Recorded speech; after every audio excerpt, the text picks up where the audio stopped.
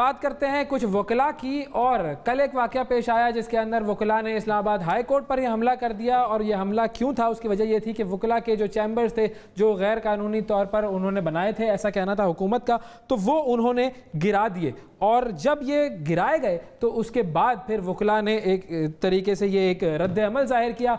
और इस रद्द अमल तो इसको ना कहें आप, अटैक किया इस्लामाबाद हाई कोर्ट की बिल्डिंग पे, अटैक किया, वहां पर अंदर जजेस भी मौजूद थे, अटैक करने की कोशिश की। ये अल्फाज इस्तेमाल होने चाहिए और वही अल्फाज इस्तेमाल करें, उसको टोन डाउन ना करें। जो उन्होंने किया उन्होंने टोन डाउन नहीं किया, तो आप भी टोन डाउन ना करें। ये रद्द अमल अटैक की सूरत में था। ठीक है जी, इस पर हम बात करेंगे कि आखिर ये रवैया क्यों है वकला का। हमारे साथ मौजूद हैं बैरिस्टर वकास साहब। अस्सलाम वालेकुम।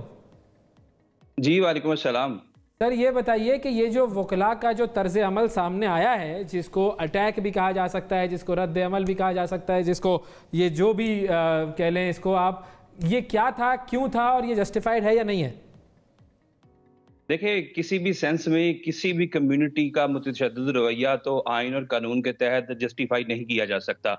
आर्टिकल 4 है, 5 है और 25 आइन पाकिस्तान का in the legal speaking by the virtue of constitution of Pakistan, जो कि ये कहता है कि all the citizen equal without any discrimination of caste, colour, creed and status. इसका मतलब ये है कि चाहे वो वकील हो, चाहे वो जजेस हो, चाहे वो सहाफ़ी हो, तमाम के तमाम लोग जो पाकिस्तान के शहरी है उन पे कानून का इतलाक यकसा होगा। और वकला कम्युनिटी इससे बिल्कुल मुबर्रा नहीं और मुनज़्ज़ा नहीं है।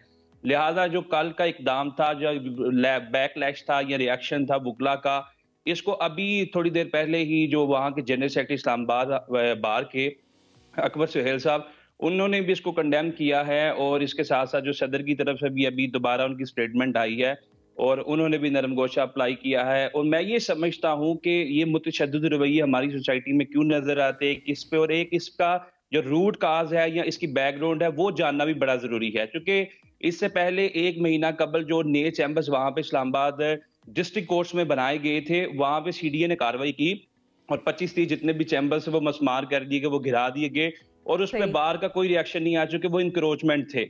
और बार ने कहा कि ये इलीगल लैंड ऑक्यूपाई करके बनाए गए थे, लिहाजा उन्होंने वो चैम्बर्स गिराने में किसी तरह की रेजिस्टेंस नहीं की, होनी भी नहीं चाहिए। और जो कल के इनकी कार्रवाई थी उसमें ये उसकी बैकग्राउंड ये थी, जो मेरी सेक्रेटरी साहब से, सदर साहब से भी बात हुई, कि ये गुज़िश्ता 10 सालों से ये चैम्बर्स इसी तरह चलते आ रहे थे। यहाँ पे सीनियर्स वकला बैठते थे।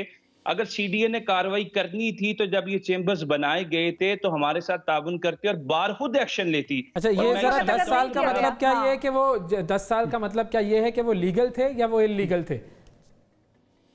देखिए, 10 साल से अगर कोई शख्स वहां पे बैठा है, हमारे लॉ के अंदर एक मैक्सिमम बोला जाता है, he who स्लीप्स over his right स्लीप्स over him. ये मैं नहीं कह रहा, ये आप नहीं कह रहे, ये लॉ कहता है। अच्छा, मिसाल के एक सेकंड समझ आ गई आपका पॉइंट टेकन। मैंने घर दिया है किराए पे, 15 साल से उस घर में रह रही है एक फैमिली, और वो आखिर में मुझे कहे कि ये घर अब हमारा हो गया, हम नहीं निकलते, तो मैं क्या उसकी राइटफुल ओनर नहीं हूं? या फिर आपका चैम्बर जो है ना, उस चैम्बर पे मैं आके बैठ जाता हूँ और 10 साल तक बैठा रहता हूँ, आप मुझे दे देंगे चैम्बर? बिल्कुल नहीं, बिल्कुल मेरे कहने का मकसद ये नहीं था।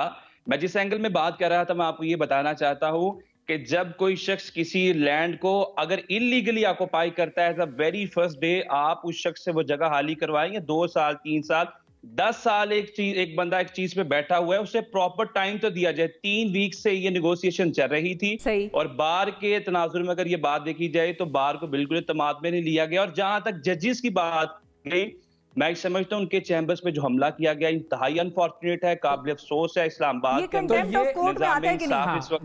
ये कंटेम्प्ट ऑफ कोर्ट, हाँ बिल्कुल कंटेम्प्ट ऑफ कोर्ट में आता है। देखिए आर्टिकल, अच्छा, अब इनके साथ होगा क्या, सजा क्या होगी इनको मैक्सिमम? क्योंकि पहले भी हम बहुत सारे ऐसे वाकयात देख चुके हैं कि जब वकला ने अस्पतालों पर हमला कर दिया, बस स्कूल रह गए हैं, अनफॉर्चुनेटली या फॉर्चुनेटली बस स्कूल रह गए, जगहों पर हमले किए हैं उन्होंने। और उनके साथ मुझे नहीं पता क्या हुआ, किसी वकील का लाइसेंस कैंसिल हुआ, कोई ऐसी चीज हुई हो? देखिए शिफा, जहां तक सजा की बात है, कंटेम्प्ट ऑफ कोर्ट की आर्टिकल 204 है इन्हें पाकिस्तान का, और कंटेम्प्ट ऑफ कोर्ट ऑर्डिनेंस 2003 है। और उसके अंदर जो इसकी सजा का तयन किया गया है वो 6 महीने है। लेकिन जो प्रैक्टिस में चीजें देखने को मिलती हैं, चूंकि बार और बेंच एक ही गाड़ी के 2 पहिए तस्वुर किए जाते हैं, तो लेटर ऑन उनके लिए कोई कंप्रोमाइज या कोई सुलह का रास्ता निकाल लिया जाता है और सारे मामले रफा दफा कर रही है। लेकिन एक चीज आप भी अंडरस्टैंड करें कि जो सीनियर वकला थे, मैं इस चीज पे आपके साथ एग्री करता हूँ, इसे कंडेम भी करता हूँ, बड़ा अनफॉर्चुनेट इंसिडेंट था। एट द सेम टाइम जो लोग वहां पे 8-10 सालों से बैठे थे, जिनका रोजी रोटी के सारा मामला तक क्लाइंटेज थी, उनके भी तो मैटर्स थे ना, उनको तो आप नेगोशिएट करें उनके साथ। तो वो जस्टिफाई तो नहीं करता ना कि वो जाकर जो है वो अपने ही कोर्ट को जो है वो तोड़ दें। अगर अगर खुदा ना खास्ता मैं जाकर किसी अदालत पर पत्थर मारता हूं तो मेरे साथ क्या होगा? आपके साथ भी वही होगा जो वकील के साथ कंटेम्प्ट ऑफ कोर्ट के ऑर्डिनेंस के तहत आपको भी 6 महीने लेकिन वकील के साथ वो होता नहीं है, मेरे साथ वो हो जाएगा। बिल्कुल इसी तरह है, लेकिन इसके साथ तो इसका मतलब यह है कि अवाम और खवास में फर्क है। इसका मतलब यह है कि वो लोग जो कानून की पासदारी करने के लिए वहां पर बैठे हुए, फर्क है शायद उनमें और मुझ में।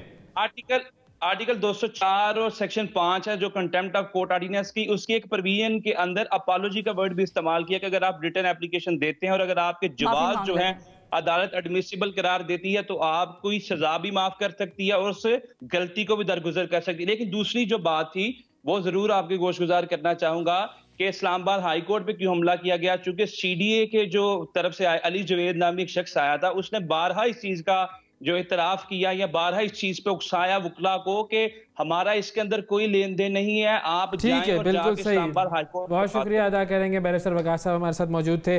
अब ये सारा मामला आपके सामने है, लोगों का तर्ज अमल भी आपके सामने है, आप खुद फैसला कीजिए कौन सही है कौन गलत।